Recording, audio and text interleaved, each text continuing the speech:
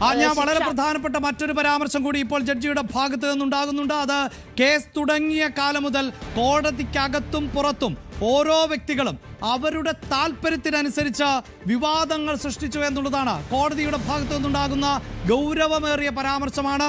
നേരത്തെ നമ്മൾ സൂചിപ്പിക്കുന്നത് പോലെ ഈ കേസ് ആരംഭിച്ചത് മുതൽ കേരളത്തിന്റെ പൊതുസമൂഹത്തിൽ രണ്ട് അഭിപ്രായങ്ങൾ രൂപപ്പെടുകയും അങ്ങനെ വാദപ്രതിവാദങ്ങൾ നടക്കുകയും ചെയ്ത ഒരു പശ്ചാത്തലമാണുള്ളത്. ഇപ്പോഴും ആ വാദപ്രതിവാദങ്ങൾ തുടരുന്ന സാഹചര്യം കൂടിയാണുള്ളത്. പ്രത്യേകിച്ച് 8ാം പ്രതിയായിട്ടുള്ള നടൻ ദിലീപിനെ കുറ്റമുക്തനാക്കിയ സാഹചര്യത്തിൽ അതിജീവിതയ്ക്ക് നീതി ലഭിച്ചില്ല എന്ന് വാദിക്കുന്നവരുണ്ട്. മറുഭാഗത്ത് 1 മുതൽ 6 വരെയുള്ള പ്രതികൾ കുറ്റക്കാരെന്ന് കണ്ടെത്തുമ്പോഴാണ് നീതി ഉറപ്പാക്കപ്പെടുന്നത് എന്നും വാദം ഉന്നയിക്കുന്നു. അങ്ങനെ ഓരോ വാദങ്ങൾ ഉന്നയിക്കുന്നവരും ഒന്നിൻ്റെയും തെളിവുകളുടെ അടിസ്ഥാനത്തിലല്ല എന്ന് എടുത്തു പറയേണ്ടതുണ്ട്. ചാനൽ ചർച്ചകളിലടക്കം പലരും വാദപ്രതിവാദങ്ങൾ ഉന്നയിക്കാറുണ്ട്. പക്ഷേ അവർക്കൊന്നും ഒരു തെളിവുകളുമില്ല. മറിച്ച് അവരുടെയൊക്കെ മനോനിലയുടെ താല്പര്യങ്ങൾക്കനുസരിച്ച് മാത്രം വാദങ്ങൾ ഉന്നയിച്ചു എന്നുള്ളതാണ്. അതാണ് കോടതി ജഡ്ജി ഇപ്പോൾ ആവർത്തിച്ചു പറയുന്നത്. ജഡ്ജിക്ക് നേരെ പോലും പലതരത്തിലുള്ള വിമർശനങ്ങൾ ഉന്നയിച്ച പശ്ചാത്തലം കഴിഞ്ഞ ദിവസമായിരുന്നു. കോടതി നടപടികൾ ആരംഭിച്ചപ്പോൾ കോടതിയിലെ ജഡ്ജി ദിലീപിനെ കണ്ടു വണങ്ങി എന്നൊക്കെ ആളുകൾ മാധ്യമങ്ങൾക്ക് മുന്നിൽ പോലും പ്രതികരിക്കുന്ന വിചിത്രമായ സാഹചര്യം ഉണ്ടാകുന്നത്. കോടതി നടപടികളുടെ കീഴ്വഴക്കത്തിന്റെ ഭാഗമായി ജഡ്ജ് സീറ്റിലേക്ക് ഇരിക്കുന്നതിന് മുമ്പ് കോടതിയെ വണങ്ങാറുണ്ട്. അപ്പോൾ ആരാണ് മുന്നിൽ നിൽക്കുന്നത്? അതിന് ഈ ഒരു ബലാത്സംഗ കേസിലെ പ്രതിയാണോ? നേരത്തെ സൂചിപ്പിച്ച നിർഭയ കേസിലെ തൂക്കിലേറ്റപ്പെട്ട പ്രതികളാണ് മുന്നിൽ നിൽക്കുന്നത് എങ്കിൽ പോലും അതൊരു കീഴ്വഴക്കമാണ്. ആരാണ് നിൽക്കുന്നത് എന്ന് നോക്കിയല്ല സാധാരണ ജഡ്ജിമാർ കൈകൂപ്പിയിരിക്കുന്നത്.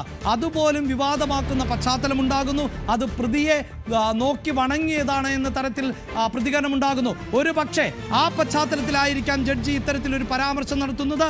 കേസ് തുടങ്ങിയ കാലം മുതൽ കോടതിക്കകത്തും പുറത്തും ഓരോ വ്യക്തികളും അവരുടെ താല്പര്യത്തിനനുസരിച്ച് വിവാദങ്ങൾ സൃഷ്ടിച്ചു എന്നുള്ളതാണ്. അതായത് ഈ വിഷയം ചർച്ച ചെയ്യപ്പെടുമ്പോൾ എല്ലാവരും തെളിവുകളില്ലാതെ അടിസ്ഥാനങ്ങൾ ഇല്ലാത്ത പ്രത്യാരോപണങ്ങളാണ് നടത്തിക്കൊണ്ടിരിക്കുന്നത്. അവിടെയാണ് ജഡ്ജി നേരത്തെ ചോദിച്ച ചോദ്യം, സമൂഹത്തിന് തോന്നലുകൾക്കനുസരിച്ചാണോ കോടതി വിധി പറയേണ്ടത് എന്ന്. അത് അങ്ങേയറ്റം ഗുരുതരമായ പ്രത്യാഘാതം സൃഷ്ടിക്കും എന്നതും നമുക്ക് നിരീക്ഷിക്കേണ്ടതുണ്ട്. അതായത് ആൾക്കൂട്ടം പറയുന്നതായിരിക്കണം യാഥാർത്ഥ്യമെന്ന് ഒരു നിർബന്ധവുമില്ല. അങ്ങനെ ആൾക്കൂട്ടത്തിന്റെ വിചാരണയ്ക്കനുസരിച്ച് കോടതിയിൽ വിചാരണ നടത്തുക എന്നത് സാധ്യമല്ല. കോടതിയിലെ വിചാരണയ്ക്ക് ഇന്ത്യൻ ശിക്ഷാ നിയമം അനുസരിച്ചുള്ള വകുപ്പുകളുണ്ട്. ആ വകുപ്പുകളടക്കമാണ് കുറ്റം ചുമത്തപ്പെടേണ്ടത്. ആ കുറ്റങ്ങൾ തെളിയിക്കുന്ന രേഖകളും ഡോക്യുമെന്റുകളും അന്വേഷണ സംഘം ഹാജരാക്കുക. അതിൻ്റെ അടിസ്ഥാനത്തിൽ മാത്രമാണ് ശിക്ഷ വിധിക്കാൻ സാധിക്കുകയുള്ളൂ എന്നുള്ളതാണ് എടുത്തു പറയേണ്ടത്.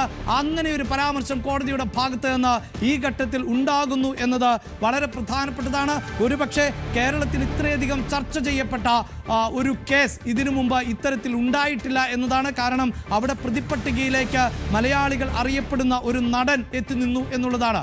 ആ നടന് പങ്കുണ്ടോ ഇല്ലയോ എന്നത് കോടതിയെ സംബന്ധിച്ചിടത്തോളം തെളിവുകളുടെ അടിസ്ഥാനത്തിൽ മാത്രമാണ് വിധിക്കാൻ സാധിക്കുകയുള്ളൂ. ഒരു പക്ഷേ ദിലീപ് എന്ന ആ നടൻ തെറ്റ് ചെയ്തിട്ടുണ്ടാകാം. പക്ഷേ കോടതിക്ക് ശിക്ഷ വിധിക്കണമെങ്കിൽ ആ തെറ്റ് ചെയ്തു എന്നതിൻ്റെ തെളിവുകൾ അന്വേഷണ സംഘം ഹാജരാക്കേണ്ടതുണ്ട്. അതിനപ്പുറത്ത് പുറത്തു നിന്നുകൊണ്ട് സമൂഹത്തിൻ്റെ നാനാതുറകളിൽ ഉള്ളവർ ദിലീപ് കുറ്റക്കാരനാണ്, ദിലീപാണത് ചെയ്തത് എന്നതുകൊണ്ട് കോടതിക്ക് വിധിക്കാൻ സാധിക്കില്ല. ഇനിയിപ്പോൾ 1 മുതൽ 6 വരെയുള്ള പ്രതികൾ, ആ പ്രതികൾ കുറ്റക്കാരാണ് എന്ന് കോടതി കണ്ടെത്തിയിട്ടുള്ളത് കോടതിയിൽ നടന്ന വാദങ്ങളുടെയും പ്രതിവാദങ്ങളുടെയും അടിസ്ഥാനത്തിലാണ്. അന്വേഷണ സംഘം നൽകിയിട്ടുള്ള തെളിവുകളുടെ അടിസ്ഥാനത്തിലാണ്. ആ തെളിവുകളും തുച്ഛമാണ് എങ്കിൽ, നിലനിൽക്കുന്നതല്ല എങ്കിൽ ഈ പ്രതികൾക്കുള്ള ശിക്ഷ അതിനനുസരിച്ച് മാത്രമേ കോടതിക്ക് വിധിക്കാൻ സാധിക്കുകയുള്ളൂ. അതാണ് ജഡ്ജി ഈ ഘട്ടത്തിൽ പറഞ്ഞു വെക്കുന്നത്. കോടതിക്ക് അകത്തും പുറത്തും ഓരോ വ്യക്തികളും അവരുടെ താല്പര്യങ്ങൾക്കനുസരിച്ച് വിവാദങ്ങൾ സൃഷ്ടിച്ചു എന്നാണ് ജഡ്ജി പറയുന്നത്. ആജ്ഞ തുടരാം.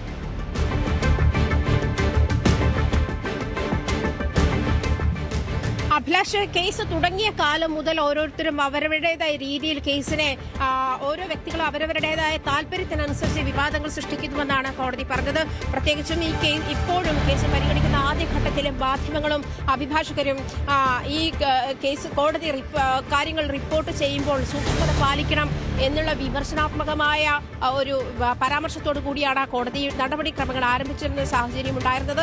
നമുക്കറിയാം, ഒരു പക്ഷേ കേരളത്തിലല്ല രാജ്യത്ത് തന്നെ ഇത്രയധികം ജഡ്ജ് വിമർശിക്കപ്പെടുന്ന ഒരു സാഹചര്യത്തിലേക്കും കോടതി നടപടിക്രമങ്ങളും കോടതി വിധിയും വിമർശിക്കപ്പെടുന്ന ഒരു സാഹചര്യത്തിലേക്ക് മുൻപ് ഇല്ല എന്ന് തന്നെ വേണം. ഇത്രയധികം, അതായത് കോടതി അലക്ഷ്യമാണെന്ന് ആളുകൾക്കറിയാം, അല്ലെങ്കിൽ കോടതിക്കെതിരെ പറയുന്നത് കുറ്റകരമാണെന്ന് അറിയാം.